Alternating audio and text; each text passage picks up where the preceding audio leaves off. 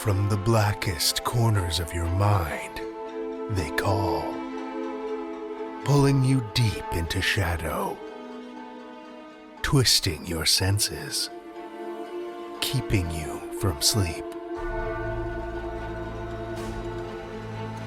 It's time to face your darkest fears.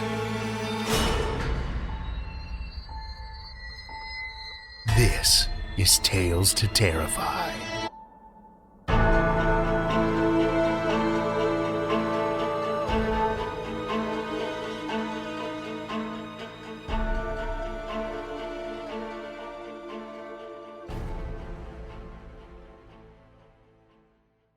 Good evening, children of the night, and welcome to the first episode of 2024.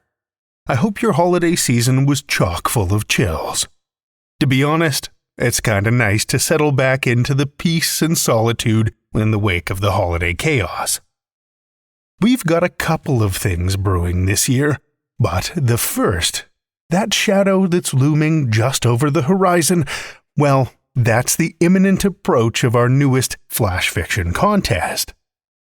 Just a little glimpse to wet your whistle, but I'll have more details about that headed your way in the coming weeks to help get those creative juices flowing.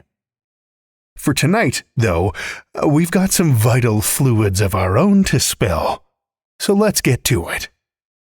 Our first story for the evening comes from Katherine Traylor. Katherine Traylor is a US-born writer of fantasy and horror, currently based in Prague. Her writing, which is often fairy tale inspired, has been published in a number of anthologies. She shares a home with her beautiful partner and 3 4-footed children. Follow her on Twitter at Among the Goblins or on her website, katherinetraylor.com. Children of the night, join me for Katherine Traylor's Come Away Sweetly, a Tales to Terrify original.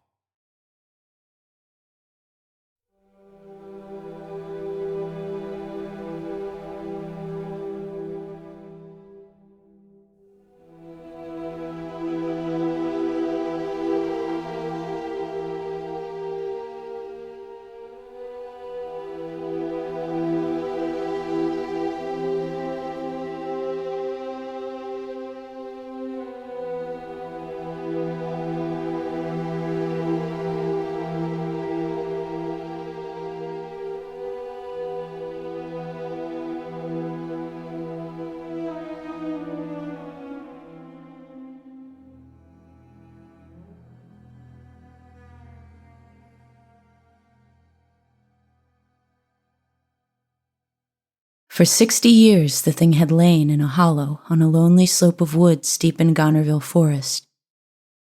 Beneath the slow rotting of the log, among the grubs and beetles, he dreamed and remembered in equal measure.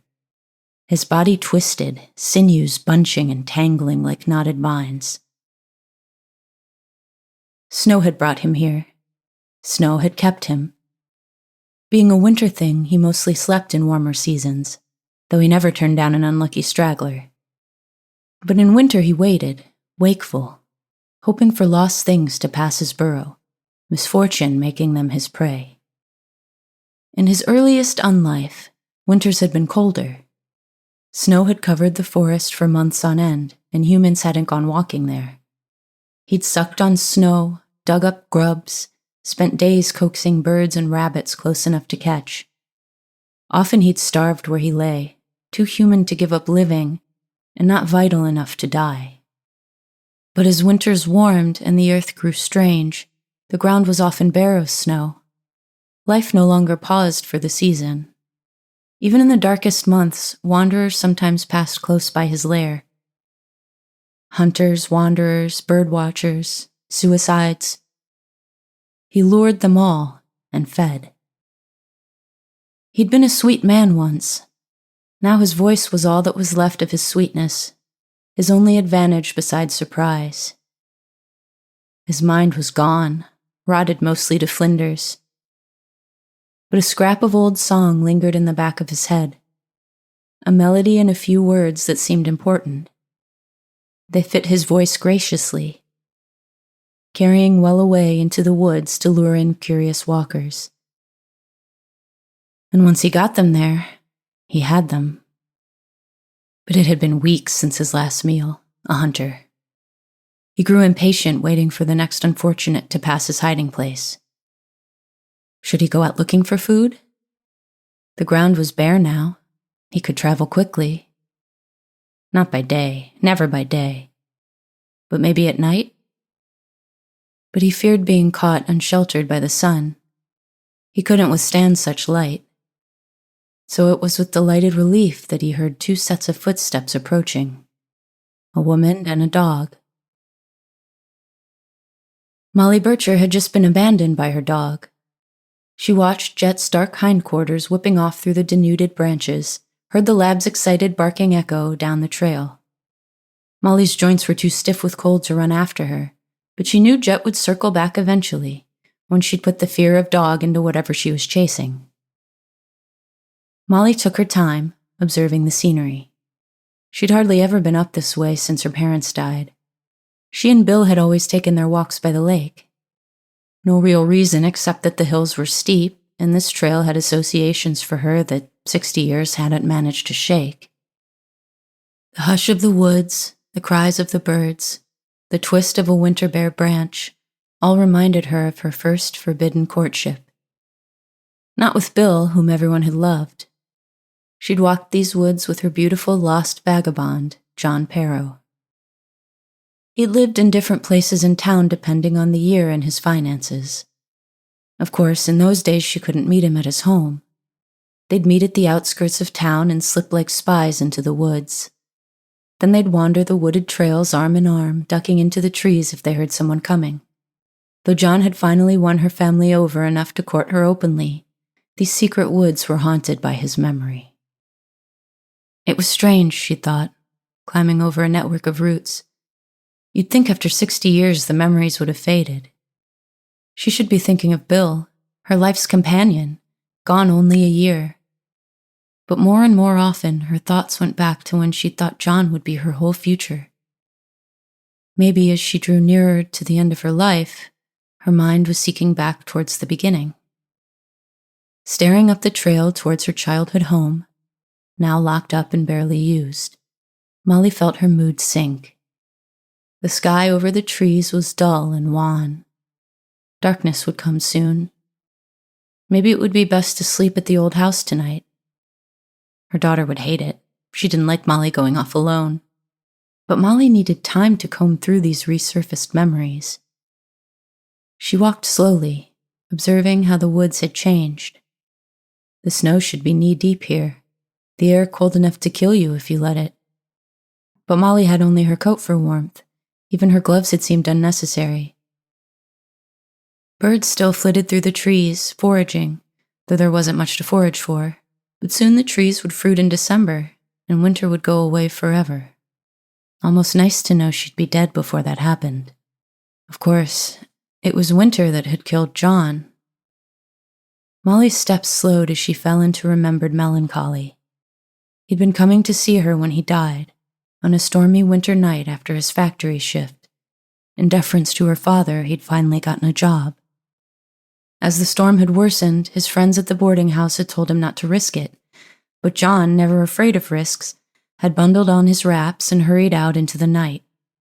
He'd never been seen again. She still ached sometimes with the loss. She'd lived a happy life with Bill and missed him daily, but their love had been gentle and warm, more comfort than passion. John's love had been consuming. They'd burned so hot for each other she'd sometimes thought they would devour each other, burrow under each other's skin. She'd never forgotten him, even decades into a happy marriage. She still remembered the taste of his mouth, how his arms had fit around her, and the song. He'd always sung the same song to her, an old folk song with a sweetly eerie melody. Remembering it, she began to sing. Come away sweetly, come away now, into the forest and into the glen. Then suddenly she heard a different voice singing. She stopped to listen, frowning. The sweet tenor voice floated through the barren trees, carrying the melody over the drifts of leaves. Come away sweetly, come away now. It couldn't be the same tune. She'd searched for the song after John's death, looking for a piece of him she could keep after he'd vanished so suddenly. But she'd never found Come Away Sweetly in any book of folk songs she'd tried. She'd decided John must have made it up, or learned it from someone who'd made it up. But as she stepped from the path, barely breathing, she heard the long pause at the top of the melody before the last line of the chorus, the moment when John had always stolen a kiss. The voice resumed, finishing the chorus. The next verse began, soft and rhythmic. It was definitely the same song. She walked on, abandoning the trail. She wasn't worried about finding her way back. These woods had been her universe growing up, before tragedy had tainted them. And the branches didn't conceal much. But as she crested a hill and started down the other side, she felt a twinge of concern. As well as she knew the woods, the illusion of brown on brown on brown, leaves and slopes and branches, made it difficult to pick out the landscape. But she had her phone with her. Worst came to worst, she could call for help. They'd find her in a few hours. She kept walking. The voice sang on, sweet and pure, and familiar. The farther she walked, the more she realized the singer sounded exactly like John.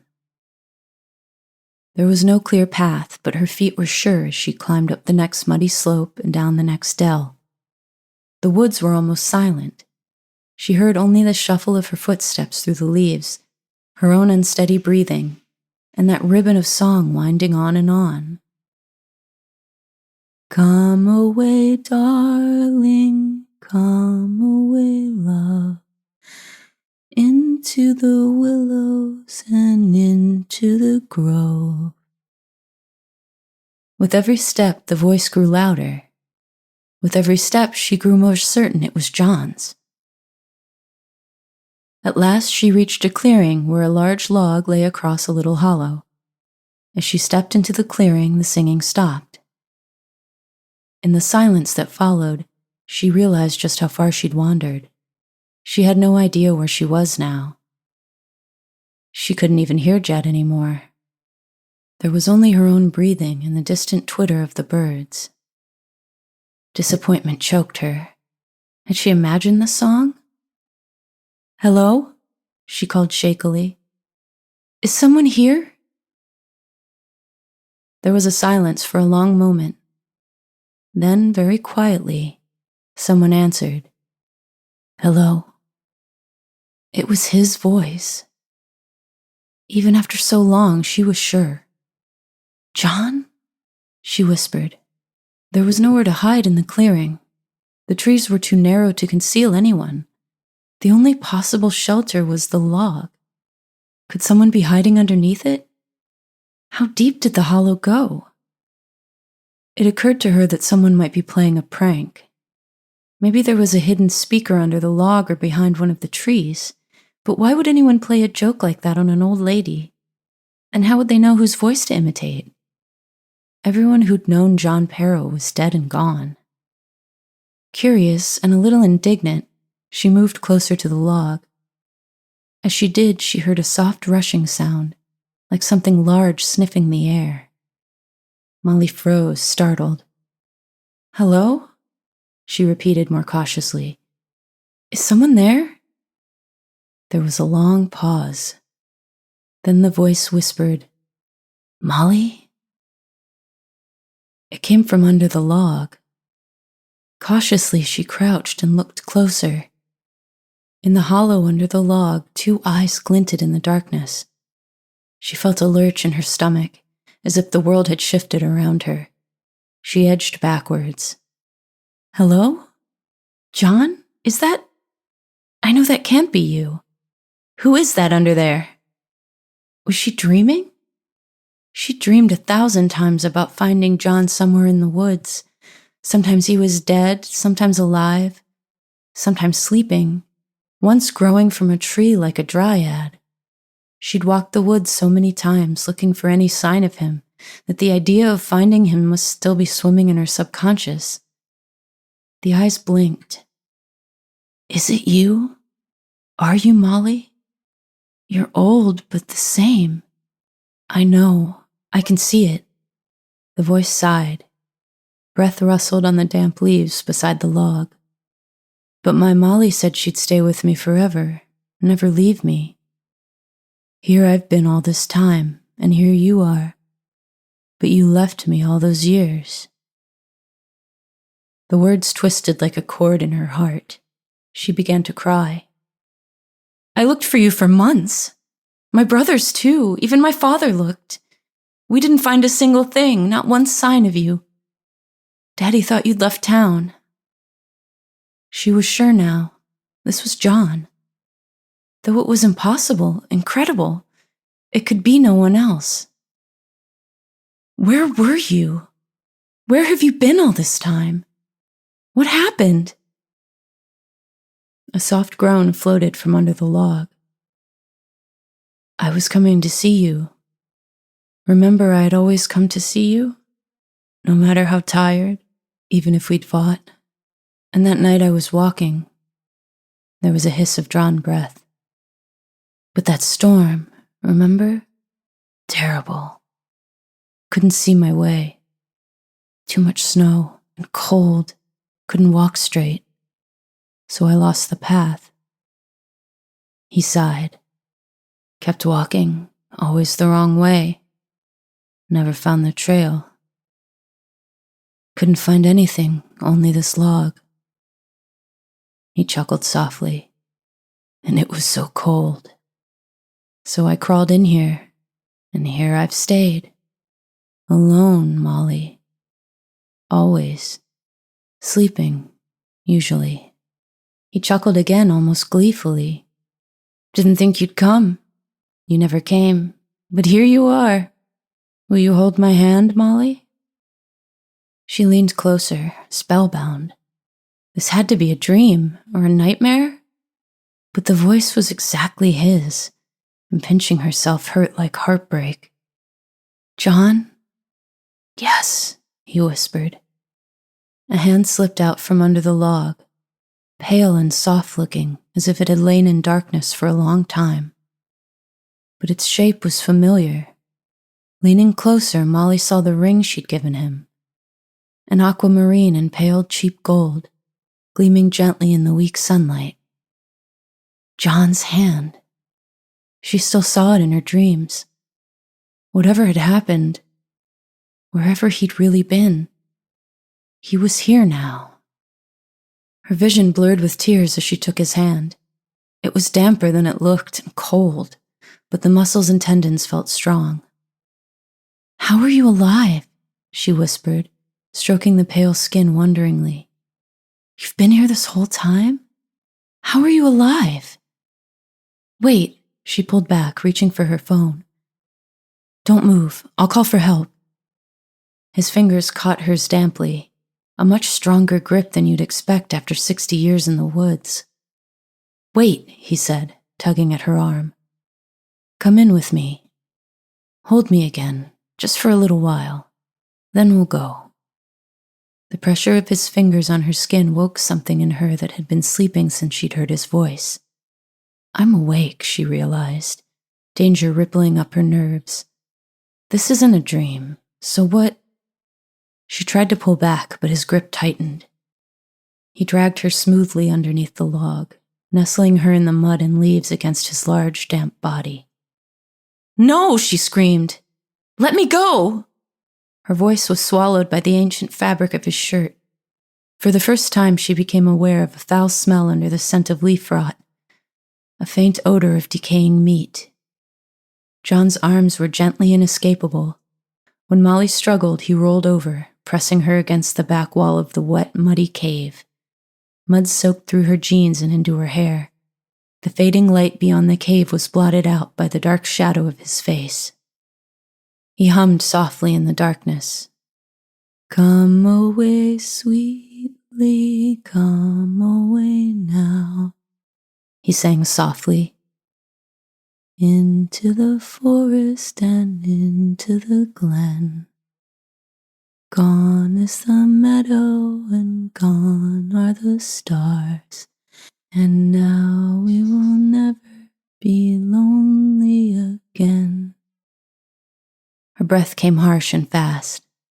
Please, she sobbed. Please let me go. Laughing softly, he pushed her deeper into the mud, holding her down. Strange new protrusions dug against her from unexpected places on his body. You've changed, Molly, he whispered against her throat. But I've changed too. We'll be one flesh now, like we should have been before. You and me. You in me. We'll be good together, Molly. One flesh. Daddy never liked him, she thought disbelievingly. Please, John, no, don't. He cut off her voice with handfuls of wet leaves. Hush now, he said, as she choked and gagged. It'll be over soon. He pushed more leaves into her mouth until she stopped struggling. His cold lips brushed her forehead. Then, very gently, he began to feed.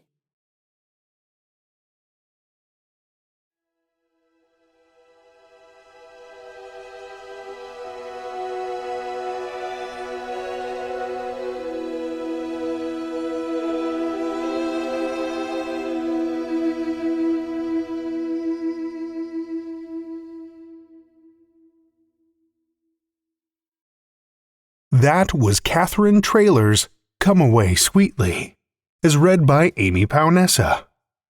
Amy Paonessa has been the producer and host of The Bloodlust, a horror movie review podcast, since 2014. She has narrated stories for various other podcasts, including Knife Point Horror and the Alexandria Archives. She's thrilled to read for Tales to Terrify, especially because she credits the podcast with reigniting her love of horror fiction. You can contact Amy through her website, thebloodlust.net. Thank you, Amy. Our second tale tonight comes from Ville Meriläinen. Ville Meriläinen is a Finnish author of fantasy and horror fiction. Listen with me, children of the night, to Ville Meriläinen's A Doll Full of Nails, first published on Pseudopod, July 2014.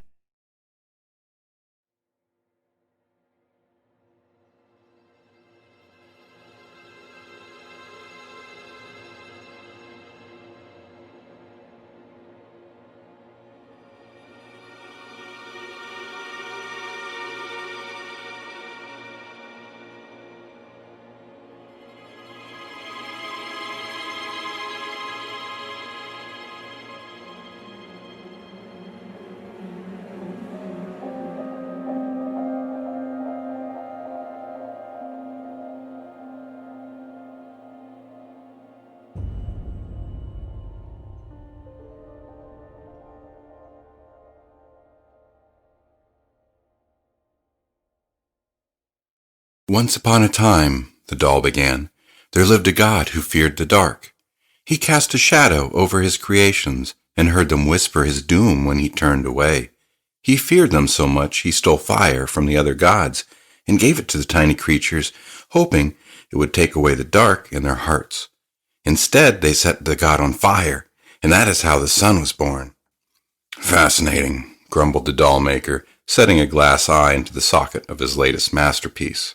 This one, he hoped, would be as mute as most, unlike the one sitting on his shelf. And patently untrue. Be quiet now, before you get another nail. The doll sat quiet for a time. It watched the doll maker work, or so it felt, until he was finished and set the new doll upright. This one had bright blue eyes, flaxen hair, and a skirt the miller's wife had made for their daughter's 6th birthday. On her 7th, she disappeared, never to be found, and in place of a gravestone they wanted a doll so lifelike it would be as though she had never left. The doll-maker watched his creation with welling sickness before sealing it in a box. This was good use of his skills, for he had long studied the art of imitating life. If it gave people comfort to have dolls reminding them of their children, How could he say no? Doing so would have made him a hypocrite, after he had given his wife the creature now sitting with its legs dangling off the shelf. Even so, he dreaded another one of his works would grow a tongue of flesh she did not place, and then do nothing with it but lie. Once upon a time, the doll shaped like his son began, there lived a warlock who studied children. He lured them into his gingerbread house and broke them into little pieces so he could see how they were made. When he pieced them back together, he never learned how to give them back the spark of life, and that is how dolls came to be. That's enough, said the doll maker. He reached for the box of nails on his desk and took one out, lifted down the doll with a little boy's smile and the fine clothes his wife had made. He pulled its mouth all the way open and yanked out its tongue, drove a nail through and spun it. When the tongue would twist no further, he set the nail sideways and closed the mouth around it. I'm going to bed now. If you speak during the night, I will throw you away. Guilt pricked him, even as he said that, and he knew the threat was empty. The doll maker toyed with the thought of leaving the doll downstairs in the workshop, but when he stood, he cradled it in his arms and brought it into his bedroom, where he set it by the foot of his bed before lying down. Once upon a time, the doll maker dreamed, there lived a little boy who walked in the woods. He was small and the woods were great, and so every time he went, he got scared and cried for his father. Every time his father came, and the weeping boy said a monster had touched his hand. His father told him there was no such thing as monsters, and that he should not come here if he was afraid. But the boy loved the woods, and so he went every day, and so he cried every day, until one day his father was sick of the boy's lies and did not help him. The crying went on for a time, and then it stopped. So suddenly the father's heart stopped with it. His heartbeat returned, but the boy never did, and that is why... The doll maker awoke with a start. Pale sunlight filtered in through the curtains, making dust dance. He shoved aside the blanket, found his face streaming with sweat. Did you speak just then? He demanded, leaning, shaking hands on shaking knees. Well, did you? The doll said nothing, even though the doll maker knew it had removed and swallowed the nail. One of these days, said the doll maker, and lifted the replica of his son, I will cut out that tongue if you don't keep your mouth shut. The doll smiled vacuously at the threat, one more nail rattling in its belly as he carried it downstairs. The miller came by that afternoon. He opened the box and gave a wet groan at the mimicry of his daughter, pressing a fist to his mouth. You know, he said, when strength found its way back into his voice, I thought this would be a horrid idea, but it looks so much like her, it might just be what we need. I'm glad to hear that, said the doll maker, though it sounded false even to him. Tell me, did your talent help you and your wife after your son drowned?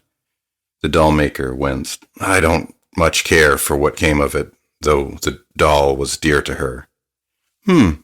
Perhaps you'll craft one to look like her, if you'll come to find the house lonely. I sincerely doubt that. Now, the miller winced.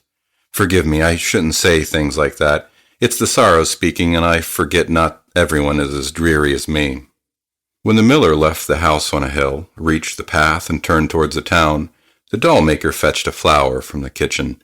He went down after the miller, but instead of heading to town, turned towards an orchard at the base of the hill. He removed his hat and held it against his tightening chest as he approached the gravestone surrounded by apple trees. Hello, darling, he said, kneeling to set the flowers on the mound. It's one of these mornings. You started a trend. I should be grateful, but my purse isn't the sole thing that's heavy. He dusted the stone and sighed. I know I promised, but I can't stand the doll any longer. Would I be remiss to throw it out? He listened to the wind brushing trees, to the lap of waves on the lake shore. His wife hadn't spoken aloud in a long time, but in the wind was a memory of her singing. She'd known a different tune for every task, one for planting roses, one for digging weeds, one for picking apples, one to soothe the honeybees. Now the hives were empty, the patch overrun with daffodils, and around the doll maker were rotten apples he hadn't bothered to collect. And so, even though his wife could not speak, he was reminded of all the other promises he'd failed to keep. The doll-maker returned to the house and set to working on the order of the mayor, who had finally given up on finding his nephew after weeks of searching. The doll-maker woke up on the sofa, eyes bleary and head aching. He had only meant to rest for a minute, but night had crept in during his nap. The doll sat in the armchair beside him, head lolled to the side. As soon as he sat up, rubbing his temples, it spoke. "Once upon a time," the doll began, "there was a corpse who wanted to be a boy again. When it told lies, its arms grew until it could reach up from the bottom of the lake where it had sunk." The doll-maker froze, slowly facing the glass stair. Every day, a living boy came to the lake, and the corpse whispered it was safe to swim. "Be quiet," the doll-maker rasped. But then the corpse reached from the depths for the boy's hand. He was repulsed and cried for his father. "Be quiet!" The doll-maker snapped, grabbing the doll and threw it at the wall. It fell askew, was silent a moment, then rolled over to face its maker. "One day," the doll went on, as the maker ran for the box of nails in his workshop, "his father didn't come, no matter how much the boy cried. 'There's nothing to fear,' the corpse said over and over. Every time it did, its arms reached a little further until its fingers locked with the boy's." The doll-maker rushed back, a nail in his hand. He found the doll sitting upright. Before he reached it, it said, "And that is how I came to be." He pulled out the doll's tongue, drove the nail through it, and spun until it would turn no further. Even then, he twisted with all his strength in an attempt to pry the tongue loose. When he found the efforts fruitless, he set the nail sideways and closed the mouth around it. Then he carried the doll to his workshop. He set it on its back on the table and took out another nail and hammer. He placed the nail against the doll's chin and struck. The nail scraped along the face without so much as a groove. He tried to bind it with strings, but they slid away as though the doll was oiled. He tried screws, but they dug in no better than the nails. Even the glass eyes survived the blow without the slightest cracks. "I'm throwing you away," he swore, "and I'm never making another doll. Is that what you want? Then be quiet, and there will never be more." The doll smiled vacuously at the threat. The doll-maker made to lift the miscreation, but when his hand touched its back, he was overwhelmed with a terrible sense of loss. He jumped back as though scorched, steeled his mind, and tried again.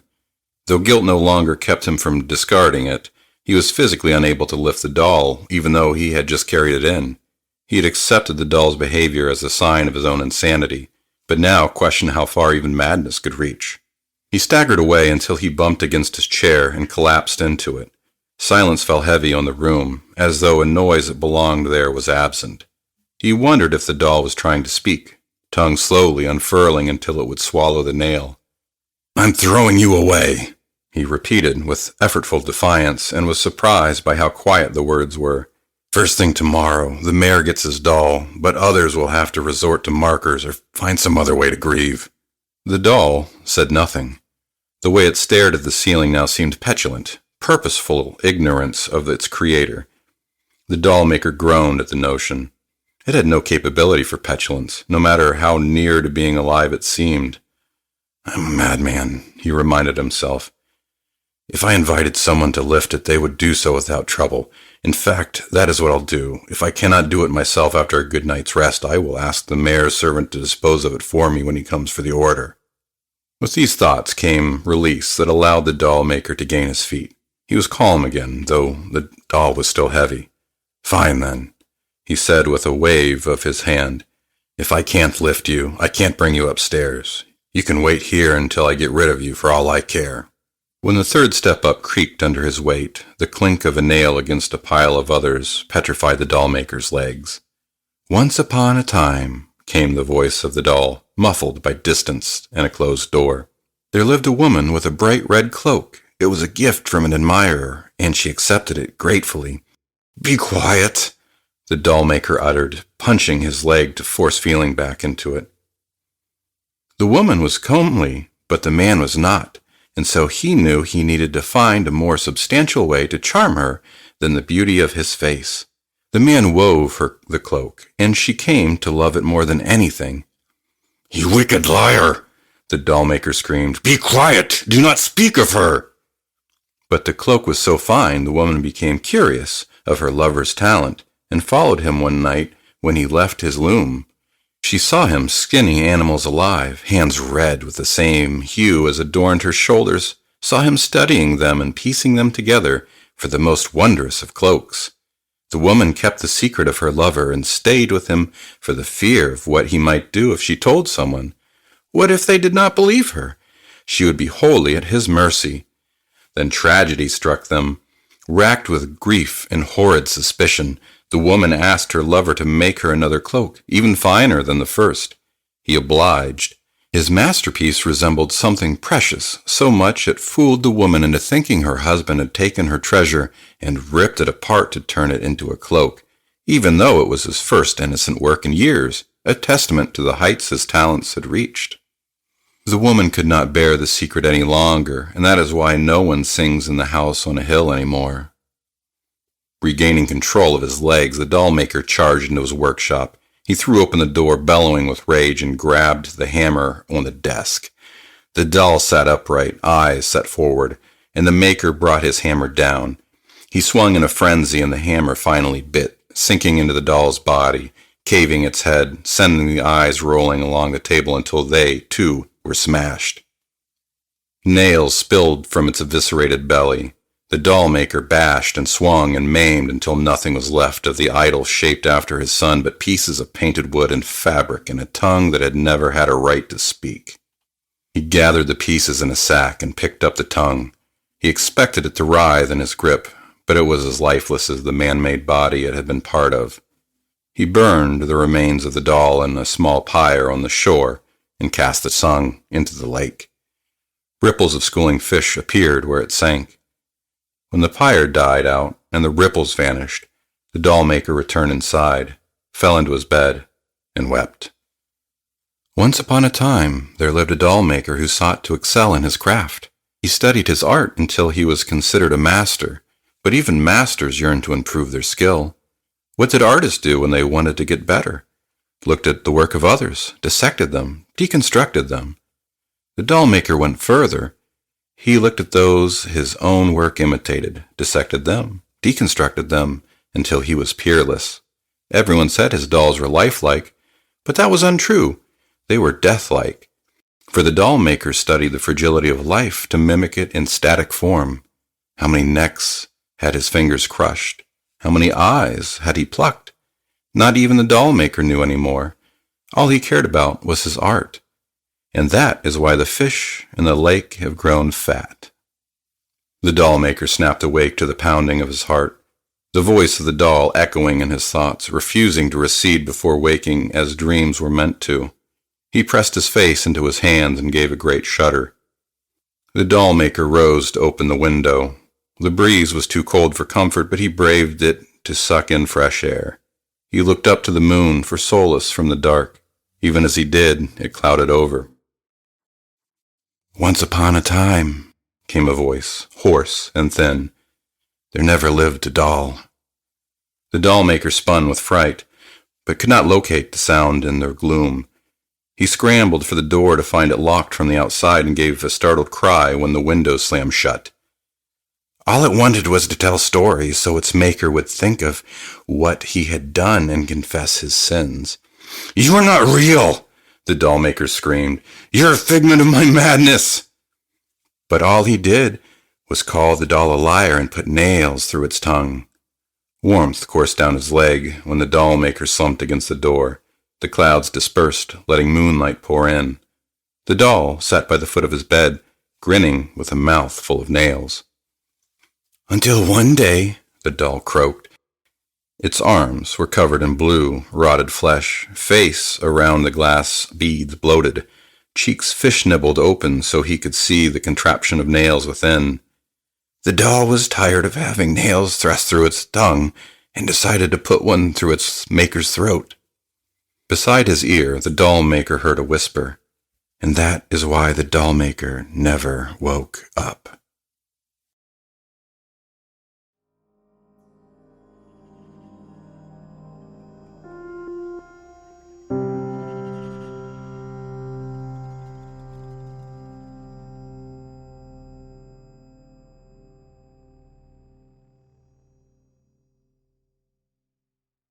That was Ville Meriläinen's A Doll Full of Nails, as read by Stephen Kilpatrick.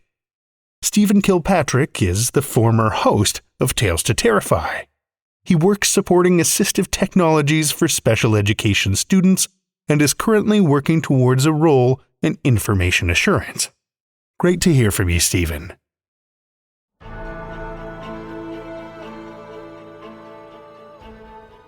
Well, children of the night, the hour is late, and we've run out of tales to tell. For now.